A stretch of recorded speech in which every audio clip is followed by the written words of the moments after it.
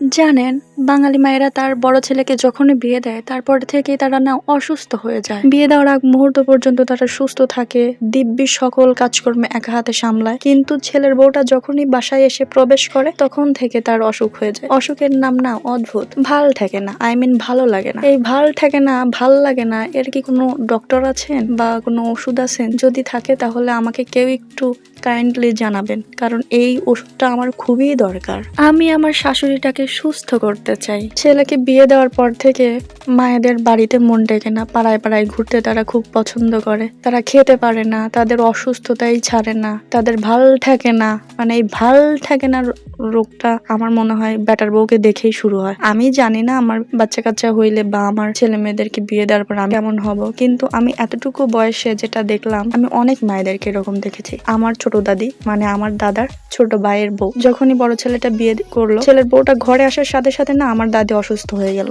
আমার দাদির বাড়িতে মন টেকে না, সে খেতে পারে না, সে সারা দিন পাড়ায় পাড়ায় টোটো কোম্পানির চাকরি করবে, সারা দিন গল্প গুজব করবে, তখন তার কথা বলতে সমস্যা হয় না, কিন্তু বাড়িতে তার ভালো লাগে না। 20টা বছর ছেলের বউ একসাথে ছিল, যখন ছেলের বউ আলাদা হয়ে গেছে তখন আমার দাদি আবার সুস্থ হয়ে গেছে, সকল কাজকর্ম করতে পারে, একা হাতে সবকিছু সামলাইতে পারে। কিন্তু ছেলের বউটা যতদিন একসাথে ছিল একটা কাঠি ভেঙেও 2 টুকরা করে নাই। আমার নিজস্ব একটা জ্ঞান থেকে কথা বলি, আমার মনে হয় যে শাশুড়ি মায়েরা হয়তোবা ভাবেন যে এত কষ্ট করে ছেলে বড় করলাম, সেই ছেলে বিয়ে করে বউ নিয়ে আসছে, সেই বউকে ভালোবাসে, সেই বউকে সেবা যত্ন করে, সেই বউয়ের সকল দায় দায়িত্ব পালন করতেছে, পরের একটা মেয়ে তাও কেন সেটা করবে? অ্যাকচুয়ালি এটা সহ্যই করতে পারে না। তার বউয়ের সাথে ছেলে সুন্দর করে কথা বলতেছে, এটা না তারা মানতেই পারে না। আমার কথা, আরে বাবা তুমি কি করছো? তুমিও তো অন্যার একটা ছেলেকে বিয়ে করে সংসার করতেছো। এরা চিন্তা করে যে ছেলে বিয়ে করছে তার মানে বউ ছেলেকে তার মায়ের কাছ থেকে কেড়ে নিয়েছে।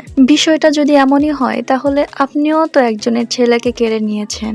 আর একটা কথা, শুধু যে ছেলেদেরকে মানুষ করতে বাবা মা কষ্ট করে বিষয়টা এমন নয়, মেয়েদেরকেও বড় করতে সমানভাবে বাবা মা কষ্ট করে। মেয়েরা তো আর আসমান থেকে ঠাস করে মাটিতে পড়ে না ভাই। মানতে আপনাদের এত সমস্যা কোথায়? আপনিও তো একটা মেয়ে মানুষ, আপনার বাবা মাকে আপনাকে কষ্ট করে মানুষ করে নাই নাকি আল্লাহর কাছে চাইছে আর আল্লাহ এসে বড়তায় আপনার বাবা মায়ের হাতে ধরাই দিয়ে গেছে? ছেলে হোক বা মেয়ে, বড় হলে সন্তানকে বিয়ে দিতে হবে, এটা বাবা মায়ের দায়িত্ব আর পৃথিবীর এটা নিয়ম। এখানে কষ্ট পেয়ে কোনো লাভ নেই, কষ্ট পাওয়ার মতো কোনো কিছু নেই, কারণ আপনিও অন্য একজনের সাথে সংসার করতেছেন, আপনার বাচ্চারও সংসার হবে, এটাই স্বাভাবিক। আর যদি কষ্ট হয় তাহলে সন্তান জন্ম দেওয়াই উচিত নয়, কারণ আপনার লাইফ পার্টনারের যেরকম দরকার আছে, আপনি তার মা, আপনি তার জীবন সঙ্গী নন, আপনার ছেলে মেয়েরও লাইফ পার্টনারের দরকার আছে। বেশিরভাগ বাবা মাদের ক্ষেত্রেই দেখি, মেয়ে যদি অনেক সুখে থাকে হাজবেন্ডের সাথে, এরা এত বেশি খুশি হয়, কিন্তু ছেলের বউ যদি ছেলের সাথে খুশি দেখে এরা কষ্টে মরে যায়। মানে এই কষ্ট আসলে বোঝানোর মতো নয়, এরা এই পরিমাণ কষ্ট পায়। এরা তো শোকে শোকে একদম শয্যাশয়ী হয়ে যায়, এরা উঠতে পারে না বিছানা থেকে, কাজ করা তো দূরে থাক, এমন ব্যবহার করে মনে হয় কি ছেলে বিয়ে দিয়ে কাজের মেয়ে নিয়ে আসছে, সকল দায় দায়িত্ব একমাত্র বউয়ের, আর উনি মহারানী, ওনার কোনো কাজ করা যাবে না।